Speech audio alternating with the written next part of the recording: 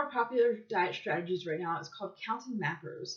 So, what are macros? You have your fats, carbs, and protein. Those are your three macronutrients, and they come together to basically sustain life.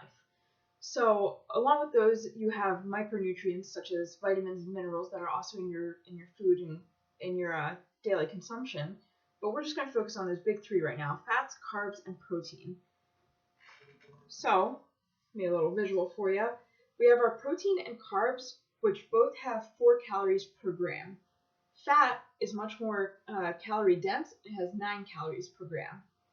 So just looking at those numbers, we can tell that you probably want to have a little bit less fat in your diet than you would fat or carbs and protein because there's more calories in it. So calories are the big overall number to watch out for. Once you figure out your daily calories that you need, you kind of do like a plug and play with the rest of these. So when you look at calories, you want to break them down, and that's where we have our percentages down here. So the number one thing to focus on, especially if you're trying to lose fat, if you're trying to gain muscle, if you're trying to really just improve your physique, protein is what is really, really important. So you want to have about 0.8 grams per pound of body weight of protein. Now, I know that sounds like a lot, but that's really what you need in order to repair your broken down muscle from working out. That's what you need for your body to recover everything and really just stay in it. Protein as well as fat also keep you a lot more full than carbs. So if you're really hungry, having something that's really high in carbs isn't going to fill you as much as something that's higher in protein or fat. So protein is our main focus. There's a lot of different terms floating around. So one of them is IIFM. It's if you fit your macros, which is basically just counting macros. But the one that I really have been much more interested in lately is called flexible dieting. So what flexible dieting is you find your total amount of calories that you need, and you figure out the total amount of protein that you need. After that, you just kind of play around with the carbs and fat. So your ultimate goal, once you hit your protein, is to just match your calories. And it doesn't really matter so much which one you get more of your calories from, as long as your total end of the day calories are where they need to be. So looking at these percentages though, we have protein should be 10 to 35% of your diet. That's a pretty big difference. So if you're more sedentary, if you're not really trying to make any changes, if you're, just not really needing a lot of protein, no worries, not everyone does. So that's where you're going to be down on the lower end of the spectrum. But if you're really if you're lifting weights a lot, that really breaks down the muscle. So you want to have more protein. If you're an endurance athlete and you're constantly running and moving, you want more protein because you need to repair those muscles as well. So as far as where you probably are, I would say the higher end of this is best. Maybe 20 to 35%.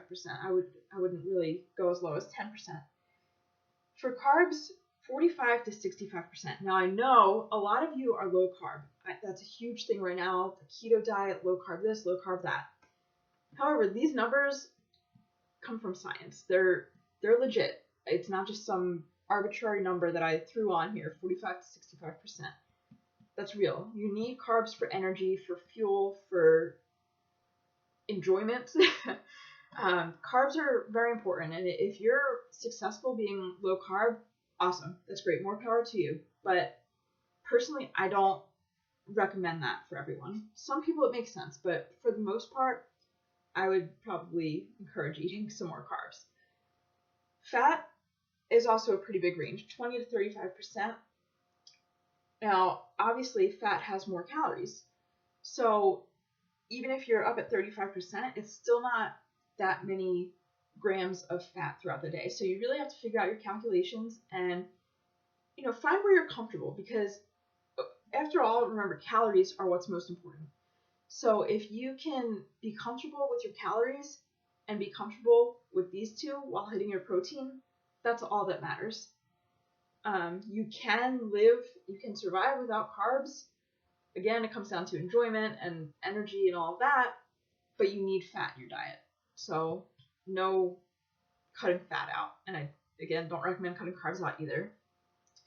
But really, it's just a big puzzle, and you want to find what works best for you. We are our own experiments. So play around. If you're not currently tracking your food, I would definitely recommend doing it for a little bit of time at least on MyFitnessPal.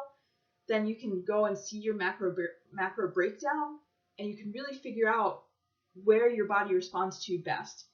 For me, it's high protein, moderate carbs, moderate fat. For you, it might be, much different.